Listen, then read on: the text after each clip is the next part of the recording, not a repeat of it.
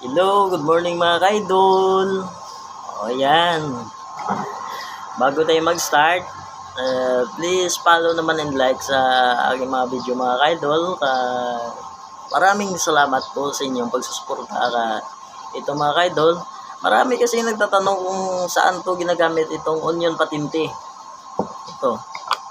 At hindi mo naman din magagamit itong onion patinte pag isa lang, dapat dalawa. Ayun. At ito mga kaidol, ituturo ko sa inyo kung paano ito gamitin.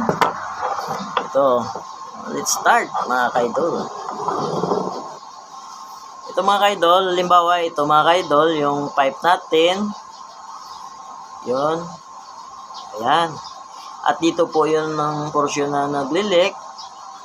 Dito po mga kaidol. Yun, naglilik po siya dito. Kailangan lang po natin dito, yung pipe natin, nakapix po ito eh. At pag nakapix ito, mahirap ito pong, mahirap po ito i-repair. Mahirap po. Pag wala ka nitong onion patinte, dalawa. Pero pag meron ka nito, easy lang mga kaidol. Easy lang. So easy. Ito mga kaidol, tingnan nyo. Halimbawa dito yung nakalik sabi ko sa inyo, ikakat nyo lang po dito at dito at kukunin nyo ditong portion na to. Ayun. Oh. Naku. Ito na mga kainol na ano na natin, natanggal yung may leak na pipe. Yan. At siyempre mga kaidol, idudugtong lang natin tong onion patinte dito mga kaidol. Ayan mga kaidol oh. Ayun. Idudugtong natin to. Bago tayo magdugtong, ilagyan na po natin dito ng solvent. At dito din, sa kabila. At ilalagay natin to. Ayun. Ayun po mga kaidol oh. Ayun. Nakasolvent po siya dito mga kaidol. Ito po. Tingnan nyo yung kanyang follower. Dito po. Ayun. Natatanggal po to ha. Hindi po ito sinisolvent. Kasi may rubber po ito eh. Ito po yung rubber, yung pumipigil kung lalabas yung leak. At saka hindi siya maglilik pag may rubber po ito. Pero pag walang rubber, pwede nila pong itiplon. Pero depende po yun sa diskarte nyo mga kaidol. Ayun. Ayun. Ganyan lang po mga kaidol. Ayan. Ganon din sa kapila mga kaidol, ilalagay nyo po din tong isang onion patinte. Yun. At isusolvent nyo din ulit. Isusolvent nyo dito. At ilalagay nyo lang po ito. Ganon lang kasimple mga kaidol. Ganon lang po. Yun.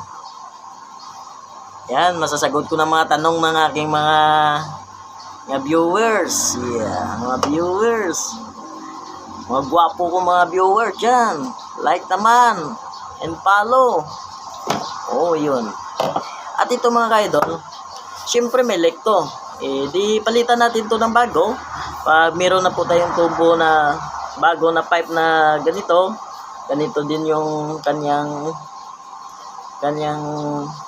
haba, laki. Ganun lang kasimple mga kaidol. Uunin lang natin yung kanyang female adapter niya. Ayan. Ayan, ito po yung female adapter niya mga kaidol. At ganun din. Isusolvent po natin dito mga kaidol. Ayun, isusolvent natin dito sa loob. Yun. Kabila, dito na ang BBC natin sa ating pipe. At ilalagay natin to mga kaidol. Ayun. Tulad din dito sa kabila mga kaidol. Ito, tingnan natin. Ayun. Ito yung kanyang female adapter. Female adapter. Kanyang female adapter. Yun, isusolvent naman natin dito ulit. Dito, kabila, ang kabila. Ayan lang. Simple mga kaidol. Yun. Ayan. Ayan. Ayan mga kaidol. Ganyan yung sistema niya. Ito po mga kaidol. ipasok lang natin dito sa loob. Halimbawa, ganun mga kaidol, yung fix ng ating tubo. Ganyan, ganyan, pasok lang po natin to. Ayan mga kaidol, oh. Ayan. Ayan mga kaidol, oh. Pasok lang natin dito. At iti-thread natin to. Dito. Ganyan lang kasimple mga kaidol, oh. I-thread natin. Ayan. Ayun. Ayun. Ganun din sa kabila mga kaidol. Iti-thread po natin. Ito. Pihitin lang natin yung mga follower niya na female adapter. Ayun. Ayun mga kaidol, oh. Oh, nadugtong na. Nawala na yung lake mga kaidol, oh. Tingnan nyo. Yun, nadugtong na, oh. Ay, matibay naman ito mga kaidol, oh. Ayun. Ganyan ang trabaho ng onion patinte mga kaidol. Kung mga pugi at magaganda. Ganyan lang po. Ayan. Siyempre, huwag niyong kalimutan yung like ko and follow, ha. Suportahan niyo naman ako mga kaidol sa aking vlog. Baguhan lang po ako.